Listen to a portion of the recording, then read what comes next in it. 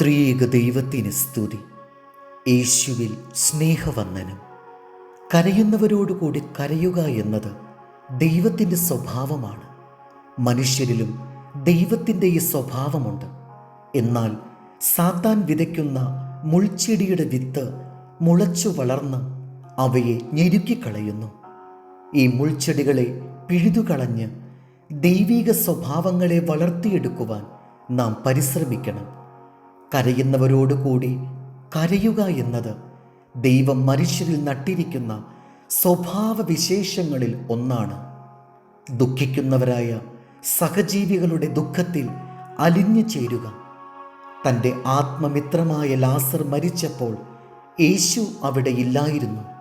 എന്നാൽ ലാസറിൻ്റെ കല്ലറക്കിലെത്തിയ യേശുവിന് കരയുന്ന സഹോദരിമാരുടെ കണ്ണീർ കണ്ടപ്പോൾ തൻ്റെ കണ്ണുനീരിനെ തടഞ്ഞു നിർത്താൻ കഴിഞ്ഞില്ല.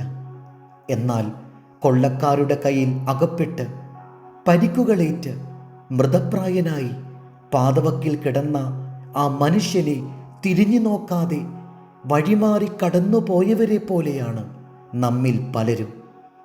ഒരിക്കൽ ഒരു രാജാവ് വേഷപ്രച്ഛന്നനായി കുതിരപ്പുറത്ത് സഞ്ചരിക്കുകയായിരുന്നു. ഒരു ചതുപ്പ് സ്ഥലത്ത് ചെന്നപ്പോൾ ഒരു കൃഷിക്കാരൻ്റെ കുതിരവണ്ടി ചെളിയിൽ പുതഞ്ഞ് ചക്രങ്ങൾ ഇളക്കുവാൻ കഴിയാതെ നിൽക്കുന്നത് കണ്ടു. നിസ്സഹായനായ ആ കൃഷിക്കാരൻ രാജാവിൻ്റെ മുഖത്തേക്ക് നോക്കി. ഈ വണ്ടിച്ചക്രം ചെളിയിൽ നിന്ന് കയറ്റുവാൻ ഒന്ന് സഹായിക്കണമേ എന്ന് അപേക്ഷിച്ചു.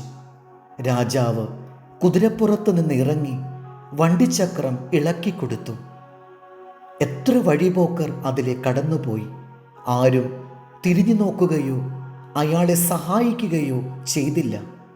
ആരോടും അയാൾ സഹായം ചോദിച്ചതുമില്ല. പിന്നെ എന്തുകൊണ്ടാണ് ആ കുതിരപ്പുറത്ത് വന്നയാളോട് സഹായം ചോദിച്ചത്? കരുണയുള്ള രാജാവ് ആ മുഖത്തേക്ക് നോക്കിയപ്പോൾ അവൻ്റെ വിഷമത്തിൽ സഹതപിക്കുകയും സഹായിക്കുവാൻ സന്നദ്ധത പ്രകടിപ്പിക്കുകയും ചെയ്യുന്നതായി ആ മനുഷ്യന് തോന്നി. അതുകൊണ്ടാണ് രാജാവിനോട് സഹായം ചോദിച്ചത്. ആധ്യാത്മികതയുടെ കൊടുമുടിയിൽ നിന്ന് ഉത്ഭവിക്കുന്ന കരുണയുടെ സ്രോതസ്സുകൾക്ക് മാത്രമേ മറ്റുള്ളവരുടെ കണ്ണീരിലും വേദനയിലും ലയിച്ചു ചേരുവാൻ കഴിയൂ. റോമർ 12:1. ഞാൻ ദൈവത്തിൻ്റെ മനസ്സലിവ് ഓർപ്പിച്ച് നിങ്ങളെ പ്രബോധിപ്പിക്കുന്നത്, നിങ്ങൾ ബുദ്ധിയുള്ള ആരാധനയായി നിങ്ങളുടെ ശരീരങ്ങളെ ജീവനും വിശുദ്ധിയും ദൈവത്തിന് പ്രസാദവുമുള്ള യാഗമായി സമർപ്പിക്കുവിൻ. ദൈവം നമ്മെ അനുഗ്രഹിക്കട്ടെ. കർത്താവിൽ എളിയ ശുശ്രൂഷകൻ ഈരാളിലച്ചൻ.